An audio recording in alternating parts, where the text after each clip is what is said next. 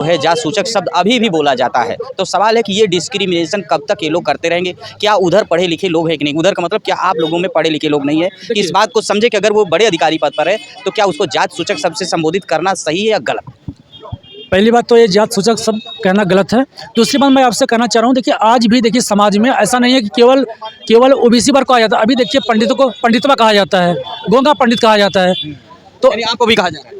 क्यों नहीं कहा जाता है? आप देखिए ना समाज, अब देखिए होता क्या है, जैसे कैटेगरी है, जैसे मान लीजिए आप ज़्यादा पैसे वाले हैं तो आपकी इज्जत उस टाइप की होती है, उससे कम पैसे वाले हैं, एग्जांपल दे रहा हूँ, फिर उससे नीचे, तो इसी तरह है उसमें। बाकी जातवाद सूचक से आप कहाँ रह गया बताइए? रोड पे इतनी दुकान होती है, मीडिया के सामने बोलिए कि ऐसी यूनिवर्सिटी को बैन करिए, जो है इनको आगे भविष्य में कोई योगदान नहीं मिलना चाहिए, अनुदान नहीं मिलना चाहिए।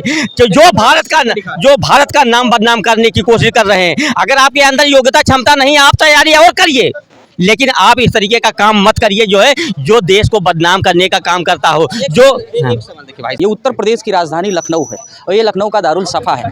यहीं से कुछ किलोमीटर दूर परिवर्तन चौक है, जहां पर समर्थ समाज ने यूजीसी के विरोध में प्रदर्शन किया है और उनको पुलिस ने डिटेन करके अपनी अपनी जगह भेज दिया है। सवाल यही है कि यूजीसी को लेकर के जो समर्थ समाज में गुस्सा है, आखिर ये गुस्सा कहां तक जायज़ है? दलित समाज की तरफ से लगातार इस बात की आवाज़ें उठती हैं, मनुवाद की छाती पर बिरसा फूले अम्बेडकर। ये बड़ा सवाल है कि मनुवाद की छाती पर बिरसा फूले अम्बेडकर। ये हमारे से बातचीत करने के लिए भी सवर्ण भाई हैं।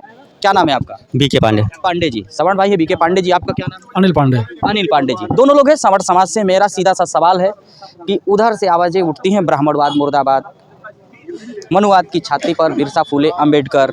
सवाल है दलित समाज आपसे इतना जल क्यों रहा है? कभी इसका एनालिसिस आपने किया है या उनकी सिर्फ एक कोरी कल्पना है, उनके दिमाग का एक फितूर है? देखिए, जो दलित समाज है वो जल नहीं रहा है। ये कुछ राजनीतिक जो लोग हैं उसको आग उसमें घी डालने का काम कर रहे हैं आग में, ठीक है।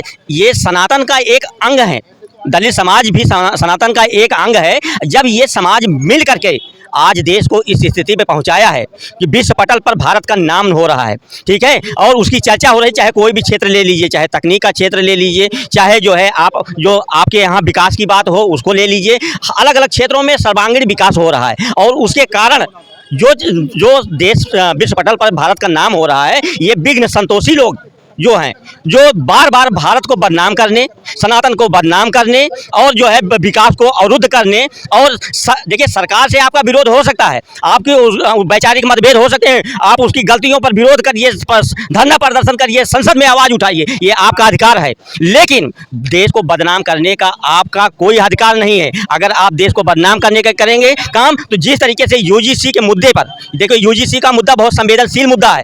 समाज जो है आप देखेंगे जो है आंतरिक रूप से तो किसी का कोई विरोध नहीं है। हाँ, बीच में नहीं भाई, देखिए कोई विरोध नहीं है, लेकिन विरोध है क्यों नहीं है? बीच में क्यों बोल रहे हैं भाई? आपको मौका, आपको मौका डिस्टर्ब करना चाहते कर दीजिए, ठीक है। लेकिन जब यूजीसी का मुद्दा आया तो उसमें कुछ पॉइंट ऐसे हैं जो ये सिद्ध करते हैं कि अमुक वर्ग जो है ये स्वघोषित अपराधी है, यही अपराध करता है जो है दलित भाइयों के साथ में। इस बात से जो है, और वो अगर कुछ करता है तो उसके खिलाफ कानूनी कार्रवाई की जा सकती है, लेकिन अगर दलित समाज जो है कुछ करता है तो उसके खिलाफ कोई कार्रवाई नहीं होगी। ये केवल मतभेद डालने का एक प्रयास है, जो है समाज को तोड़ने का प्रयास है, ये एकदम गलत है। इसीलिए आज जो है परिवर्तन पर जो है इसका विरोध हुआ जो है। तो देखिए, आप 99 काम अच्छा करेंगे तो हम आपके साथ खड़े रहेंगे, लेकिन एक भी काम बुरा करेंगे तो हम आपका विरोध करें। क्यों? क्योंकि सनातनी समाज जो है वो केवल आपके अंधभक्त की तरह नहीं खड़ा है, आपके साथ इसलिए खड़ा है कि एक मिनट, सवाल भी बीच में लेते रहिए, सारी बातों के एक साथ में। एक सीधा सा सवाल, एक जो जेहन में है, तो उधर से सवाल पूछा जाता है कि जितने भी कानून बने संविधान में, जितने भी कानून बने, उन कानूनों में उसके रूल्स की बात हुई है, लेकिन जिसने उसमें मुकदमा दायर किया उसके ऊपर पनिशमेंट की बात नहीं होती। चाहे 302 हो, चाहे 498 हो, चाहे ये पास्को एक्ट हो जाए, जितने भी कानून बने, उधर से यही सवाल उस पर किया जा रहा है कि अभी तो ये कानून तो बना ही नहीं, सिर्फ एक गाइडलाइन थी, तो इतना हो हल्ला मचाने के पीछे की वजह क्यों है? क्यों इतना जो है आक्रामकता? देखिए, इसलिए है जो है कि कानून जो है जब प्रोसेस में आ जाता है, चाहे उसको फ्रीज कर दिया जाए, वो आगे पीछे आएगा ही आएगा, ठीक है। उसको कोई निषेध नहीं कर सकता, उसको कोई ख़त्म नहीं कर सकता। अगर ख़त्म करने की मंशा होती जो सरकारें हैं जो है, तो अब तक जो है उस पर आकर के और ऐलान करती जो है भाई अगर इसका विरोध हो रहा है हम इसको खत्म कर रहे हैं, लेकिन ये खत्म नहीं होगा। इसलिए ये समाज जो है विरोध में खड़ा है कि आप कानून लाइए, उसका कोई विरोध नहीं, लेकिन कानून की जो त्रुटियां हैं उसको दूर करिए जो है, जिससे सामाजिक सौहार्द बिगड़े ना जो है। Should be correction. बिल्कुल बिल्कुल। एक देखिए दूसरे भाई साहब आपसे एक सवाल लेंगे, इधर आ जाइए। मेरा सवाल है, क्या नाम है भाई साहब? अनिल पांडे। पांडे जी। अनिल जी, एक सीधा सा सवाल है, इधर आराम से। उधर से एक सवाल सदैव उठता है कि इतना आज़ादी कितने वर्ष हो गए कि अभी भी हमको दबाया जा रहा है, सताया जा रहा है, डिस्क्रिमिनेशन हमारे साथ किया जा रहा है, पर्टिकुलर समुदाय के लोग ही कर रहे हैं, पर्टिकुलर वर्ग ही कर रहा है, हिंदू के नाम पे वोट ले रहे हैं, लेकिन जब बात और हक और अधिकार की आती तो हमको वहीं पर उठा करके पटक दिया जाता है। इस पर क्या जवाब? देखिए, हक और अधिकार की जो बात आप कर रहे हैं, तो ऐसा नहीं है कि हक अधिकार सबको मिला है, संविधान हमारा कहता है, और इसमें किसी प्रकार का कोई हस्तक्षेप नहीं है।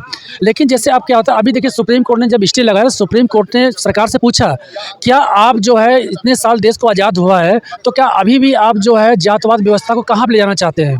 एक पहली वजह। दूसरी बात यह है कि मैं कह रहा हूँ ठीक है, आप समानता का अधिकार देना चाहिए और सबको देना होगा, और हमारे संविधान में भी लिखा है। लेकिन आप बताइए, जब आप कानून बनाते हैं तो उस कानून को आप किसी प्रदेश में तो आप रखते हैं। पहली बात देखिए, जो कानून आपने बनाया यूजीसी का, आप बार आप देखिए यहाँ दिल्ली में जंतर मंतर में बहुत सारे प्रदर्शन हो रहे हैं, वहाँ पे लोग जो है, अब देखिए आपस में मतभेद कितना हो जा रहा है। एक स्वर्ण जात और एक जो है अदर जो ओबीसी वर्ग है, उसमें कितना मतभेद हो जा रहा है। भाई कानून जो बनाया आपने, उस कानून से विरोध नहीं है। बार बार ये कहा जा रहा है कि जो आपने कानून बनाया, और जो कानून यूजीसी कानून है 2012 से इम्प्लीमेंट है, कोई ऐसा तो है नहीं कि आपने नया कानून लेके आए हैं। आपने उसमें एक संख्या और जोड़ दी है।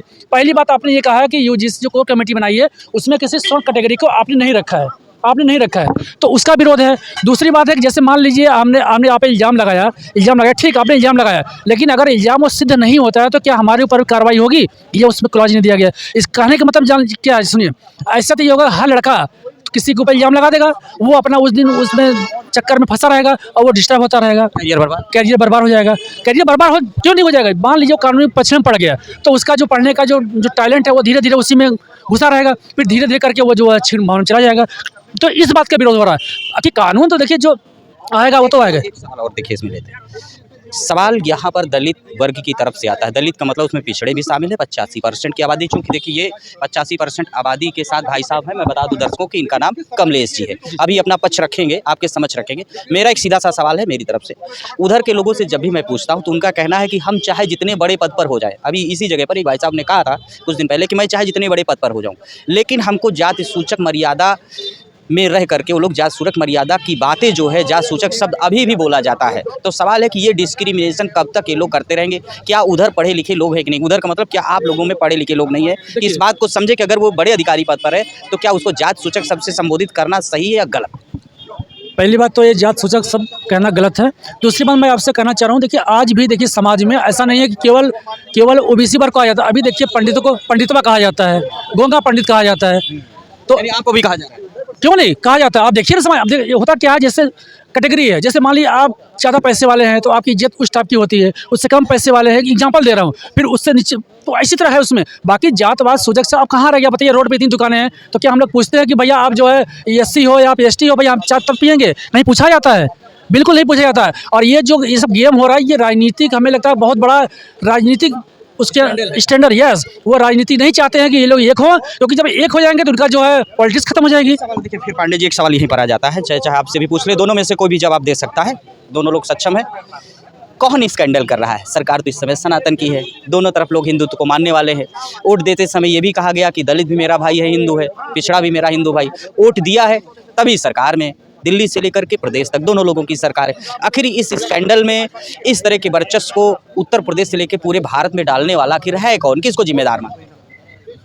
देखिए, ये जब राजनीतिक अस्तित्व का खतरा उत्पन्न होता है तो समाज में 2 तरीके की चीज़ें होती हैं, या तो समाज को जोड़ा जाता है या समाज को तोड़ा जाता है, ठीक है। और ये इस समय जिस तरीके से जो है पक्ष विपक्ष जो जिस तरीके से काम हुआ है, जो है कुछ काम ऐसे हुए हैं जो है कि जो उनके अस्तित्व पर खतरा मंडरा रहा है, राजनीतिक खतरा। देखिए, चाहे वो नाम लेना नहीं चाहता हूँ, लेकिन विपक्ष जो विपक्षी गठबंधन है, बड़े नेता जिनको एक बड़े पद पर बैठाया गया है, क्या उस पद की गरिमा रख रहे हैं? जहां पूरी दुनिया जो है उमड़ी हुई है आपके जो है प्रतिभा और परिश्रम के सम्मान करने के लिए, ठीक है, आपको आगे बढ़ाने के लिए, आपके साथ चलने के लिए आप इस तरीके की हरकत करते हैं, फिर कहते हैं कि जनता हमको वोट नहीं दे रही है। किस ठीक प्रकार है, की हरकत को थोड़ा उजागर देखिए अभी जो एआई समिट में हुआ मैं उसी की बात कर रहा हूँ जो है।